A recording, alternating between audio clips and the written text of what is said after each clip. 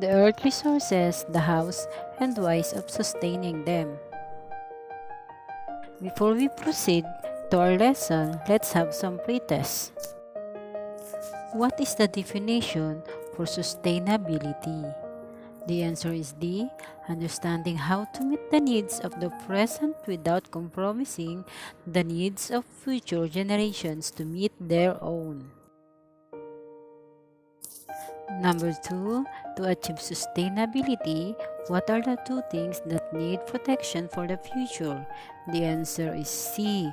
Environment and resources. The Earth's resources provide what humans need to live comfortably and sufficiently. Which among the resources below are used for fuel? The answer is B. Oil and coal gas.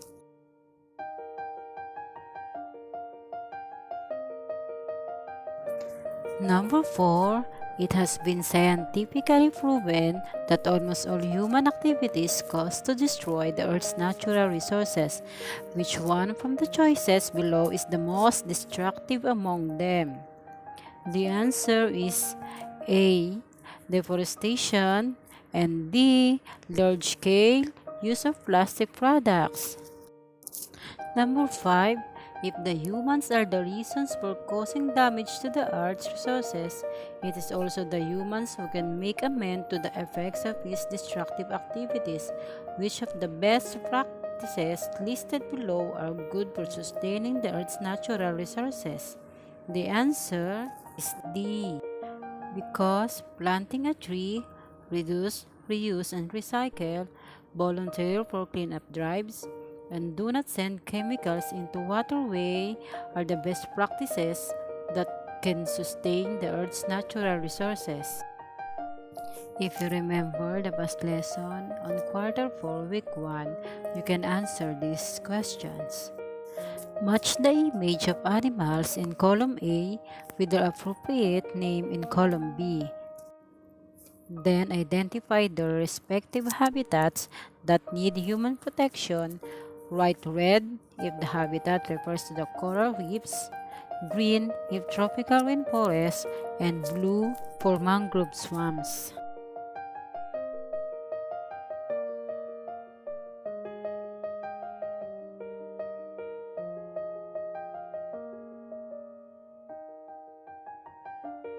The Earth's natural resources include air, water, soil, minerals, plants, and animals.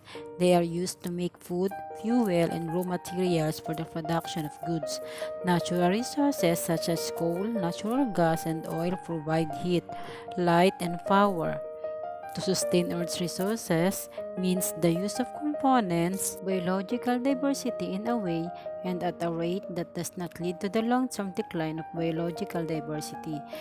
Maintaining its potential to meet the needs and aspirations of present and future generations should be the responsibilities of everybody in reducing, reusing, and recycling whatever we utilize. Volunteering in community cleanup drives. C. Conserving water. D. Avoiding the use of plastic products excessively. Engaging in tree planting activities. And F. Not sending chemicals into our waterways. Modifying the environment to fit the needs of society is causing severe effects. Some human activities that cause damage, either directly or indirectly, to the environment on a global scale includes population growth, overconsumption, overexploitation, pollution, and deforestation.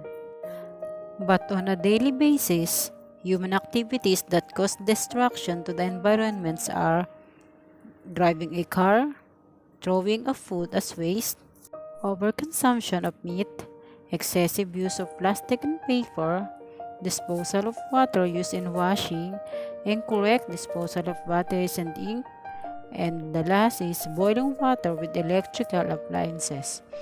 Conservation is the practice of caring for resources so all living things can benefit from them now and in the future. Below are suggested ideas how to reduce the effects on human activities on natural resources. Number 1.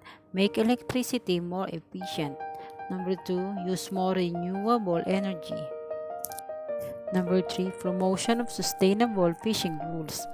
4, improve recycling systems. And the last is minimize consumption. Describe the use of the earth resources. Our planet is the source of everything that you use and make.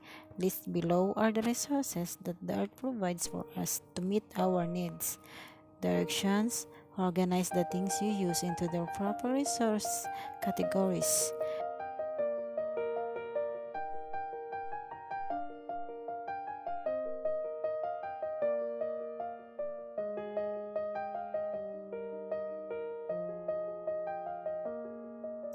Complete the table below by identifying the use of the Earth's materials assigned to every individual.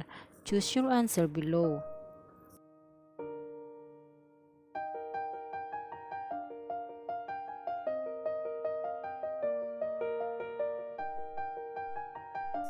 Activity 2, Objection Sustained. Objective: suggest ways to sustain the Earth's resources. Since it is humans who cause destructions of the Earth's resources, it is also humans who can amend their wrong actions. Analyze the situations below, then identify the appropriate actions you can do to sustain the resources of our planet from the given options.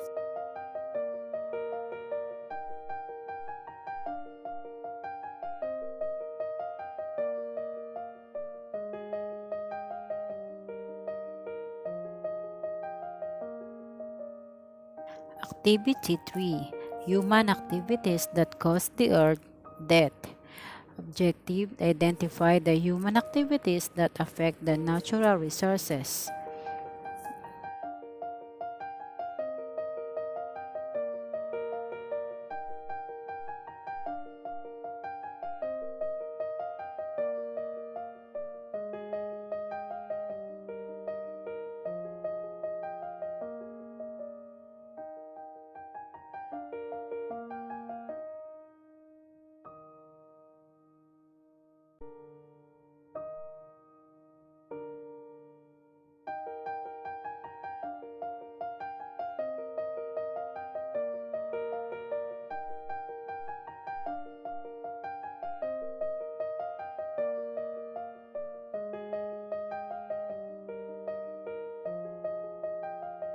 Remember, natural resources are materials from the earth that are used to support life and meet people's needs. They must be conserved for future use because there is no reasonable way for humans to produce more. Natural resources are used to make food, fuel, and raw materials for the production of goods, provide heat, light, and power. Human activities that affect the earth resources are population growth, overconsumption, overexploitation or overfishing, deforestation, and pollution. And here's some daily human activities that destroy the earth resources. First, throwing of foods as waste, overconsumption of meat, disposal of water used in washing, excessive use of plastic and paper, incorrect disposal of batteries and ink, boiling water with electrical appliances, driving a car with limited cargo or passenger. And here's the ways to mitigate the effects of human activities to natural resources. Here are some ideas to mitigate the effect of human activities that destroys the earth resources. First, planting trees.